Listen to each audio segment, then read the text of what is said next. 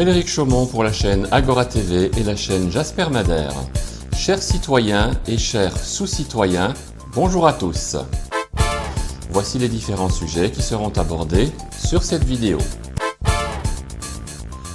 Après les piqûres, les suppositoires, voici les gélules. Mais tout de suite, parlons du manque de personnel soignant dans les hôpitaux. Alors que le ministre de la Santé, Olivier Véran, nous annonce que 3000 personnes sont suspendues dans les personnels soignants, la presse nous annonce une réalité pour le moins biaisée. Information sur France 2, au journal de 6h30 le vendredi 29 octobre 2021, voici comment la presse nous présente les faits. Bonjour Estelle. Bonjour Maya, bonjour Damien, bonjour à tous. On commence avec cette situation critique dans les hôpitaux en France. Oui, une question, y a-t-il une crise de vocation à l'hôpital public? Absentéisme, difficulté à recruter aujourd'hui. Un lit sur 5 est fermé, faute de personnel. C'est le cas à Lens. Une crise de vocation. Le métier d'infirmier, d'aide-soignant ou de médecin semblerait ne plus attirer les vocations. C'est dans l'air du temps. Dans l'espace de 2 mois, 130 000 personnes arrêtent leur métier car ce n'est plus leur vocation. C'est la version de la presse. La réalité, c'est bien que 130 000 personnes sont suspendues de leurs fonctions car elles refusent l'injection expérimentale. C'est la vérité que la presse ne veut pas dire. La chaîne de télévision France 2 vous explique qu'il y a une crise de vocation et ce sont bien sûr les lanceurs d'alerte, dont nous faisons partie, qui sont censurés car on vous explique que les personnels soignants refusent de se faire pour pouvoir conserver leur boulot.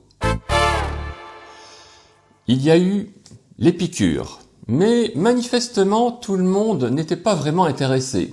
Donc ils ont proposé les suppositoires de Pasteur pour les cobayes humains volontaires. Il n'y a peut-être pas eu de volontaires, mais pourquoi donc? On n'en parle plus.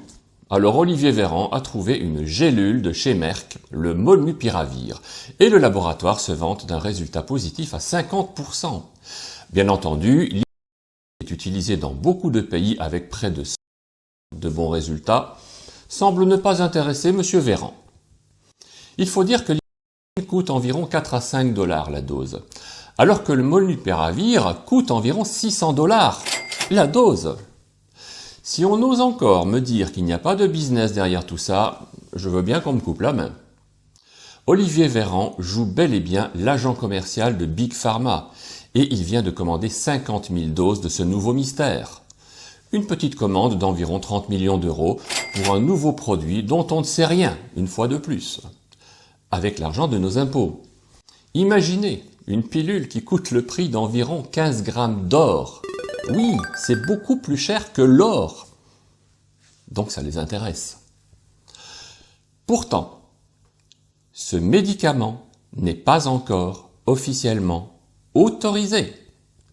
À vous, Monsieur Véran, j'ai envie de dire, comme je l'ai demandé récemment à Monsieur Macron, pourquoi interdire encore et toujours un traitement comme qui a largement fait ses preuves dans bien des pays que je ne vais pas énumérer encore une fois. Alors, Monsieur Véran, pourquoi est-elle toujours interdite? Comme Macron, vous ne répondrez jamais. Voici donc un communiqué de l'Agence européenne du médicament. Le Molnupiravir n'est pas encore autorisé officiellement sur le marché américain et européen.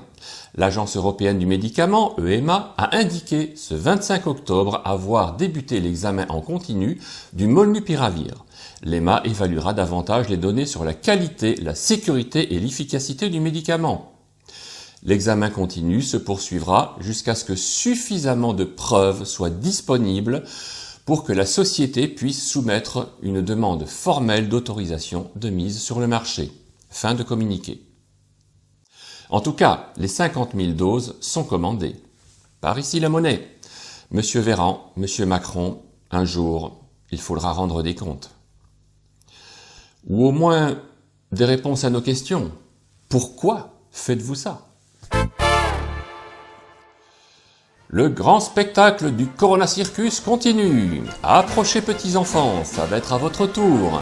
Vous allez devenir acteurs de ce spectacle. va vous être administré si vous avez au moins 5 ans. Certes, vous ne risquez pas d'attraper le virus à votre âge, mais c'est tellement plus sympa que vous puissiez, vous aussi, faire partie de ce magnifique.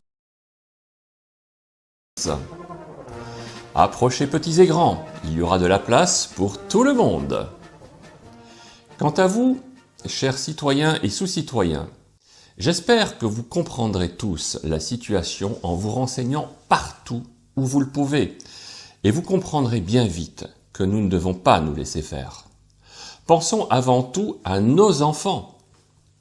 Je vous remercie pour votre attention et je vous dis à très bientôt.